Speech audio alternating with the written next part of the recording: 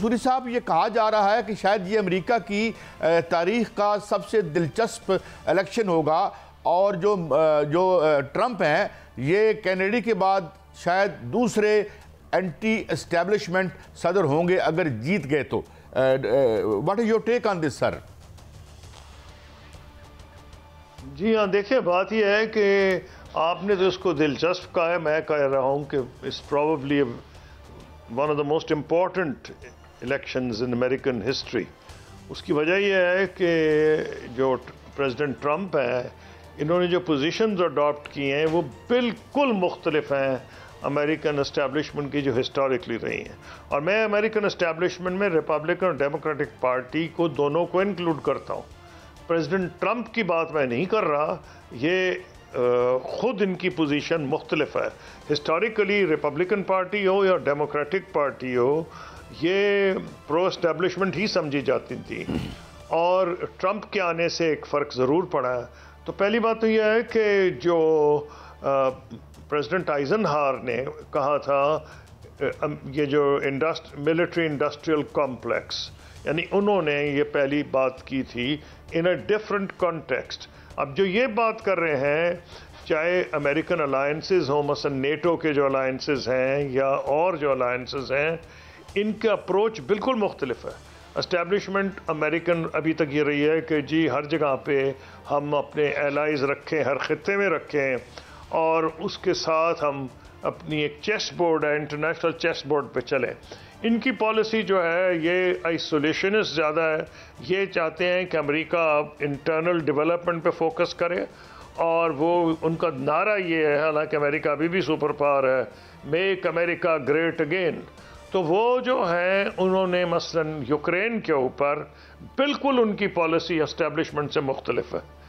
NATO پہ مختلف ہے، یوکرین پہ مختلف۔ نیٹو پہ یوں مختلف ہے کہ لاسٹ ٹائم بھی انہوں نے نیٹو کنٹریز کو اور یورپین کنٹریز کو کہا تھا کہ کوئی ہم تمہیں فری لنچ نہیں دیں گے، یا تو تم اپنا خرچہ خود کرو، ڈیفنس اپنے خرچے بڑھاؤ، یہ نہ توقع کرو کہ امریکہ آ کے تمہاری جنگیں لڑے گا۔ بلکہ انہوں نے تو کئی دفعہ کھلم کھلا کہہ بھی دیا تھا کہ اگر فلانا ملک آ کے تم تو قبضہ بھی کر لے تو مجھے کوئی فرق نہیں پڑتا۔ یعنی ان کا بات کرنے کا طریقہ ایسا ہے۔ سر اب تو ایک دن رہ گیا ہے الیکشن میں، اور کل جو ہے وہ پولنگ ہے وہاں پر امریکہ میں۔ آپ کیا سمجھتے ہیں کہ ٹرمپ جیتے گا یا کمالا جیتیں گی؟ کس طرف جو ہے پلڑا جا رہا ہے؟ آپ کی بڑی گہری نظر ہے عالمی امور پر، کون جیت رہا ہے سر؟ کس طرف کون جیت سکتا ہے؟ دیکھیے، پہلی بات تو یہ ہے کہ آج کل جب سے سوشل میڈیا آیا ہے دنیا میں اتنی ڈویژن ہو گئی ہے، ہر ملک میں آپ دیکھ لیں، صرف میں پاکستان کی یا امریکہ کی بات نہیں کر رہا، اب امریکہ میں تو اتنی زیادہ ڈویژن ہے کہ آج اگر آپ مختلف چینلز امریکہ میں دیکھیں تو پبلک اوپینین پولز بھی وہ مختلف بتا رہے ہیں۔ یعنی کہ اتنی بری طرح سے ڈویژن ہو گئی ہے امریکن سوسائٹی میں۔ اس الیکشن کا یہ ایک بڑا خطرناک رزلٹ ہو سکتا ہے کہ امریکن ڈیموکریسی کے لیے بہت بڑا چیلنج آ رہا ہے کہ جی اگر ابھی تک یہ ایکسیپٹڈ ہوتا تھا کہ جیتنے والے کو مبارک دیتا تھا ہارنے والا، اور وہ کنسیڈ کرتا تھا، ایسی تو کوئی سوال ہی پیدا نہیں کہ اب کیسا ہو جائے اگر ٹرمپ ہار گئے تو، یا ڈکلیئر کر دیے گئے کہ وہ ہار گئے ہیں، تو کوئی سوال ہی پیدا نہیں کہ وہ اس کو ایکسیپٹ کر لیں۔ انہوں نے ابھی آلریڈی کلیئر کر دیا، اور انہوں نے کہنا شروع کر دیا ہے کہ پینسلوینیا میں ریگنگ ہوئی ہے۔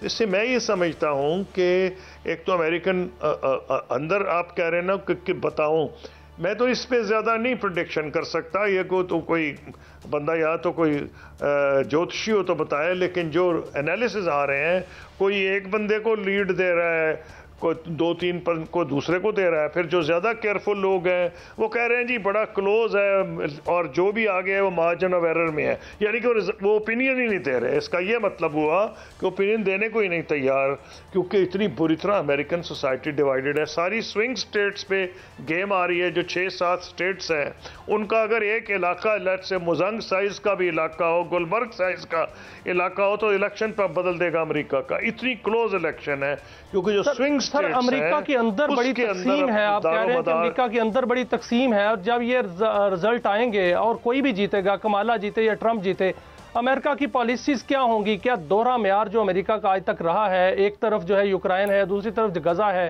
کیا اب جو ہے وہ اسی طرح پالیسی چلیں گی یا کوئی نظر ثانی ہوگی؟ آپ کیا دیکھ رہے ہیں سر؟ دیکھیے جہاں تک تو ہے نا اس کا یوکرین، اس پہ تو فرق پڑے گا.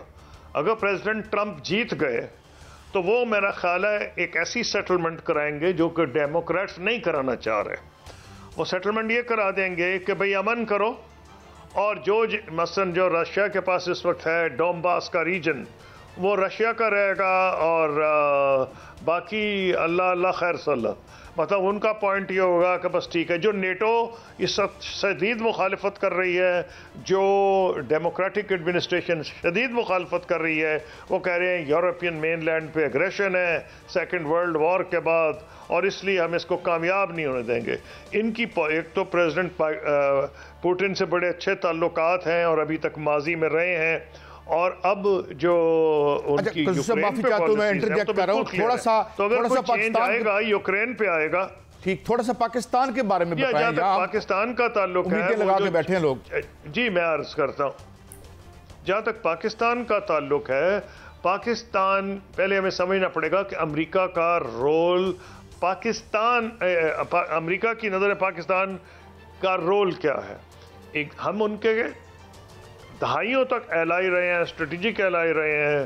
میں جب فارن منسٹر تھا تو مجھے پتا ہے کہ کتنی ہماری اہمیت تھی. لیکن ایک بات بالکل کلیئر ہے کہ پاکستان میں کسی کی بھی حکومت ہو، کسی پارٹی کی ہو، کوئی سول ہو یا ملٹری ہو، 3 چیزوں پہ اس نے کمپرومائز ابھی تک نہیں کیا: کشمیر پالیسی، نیوکلیئر پالیسی، اور یہ جو چائنا پالیسی ہے.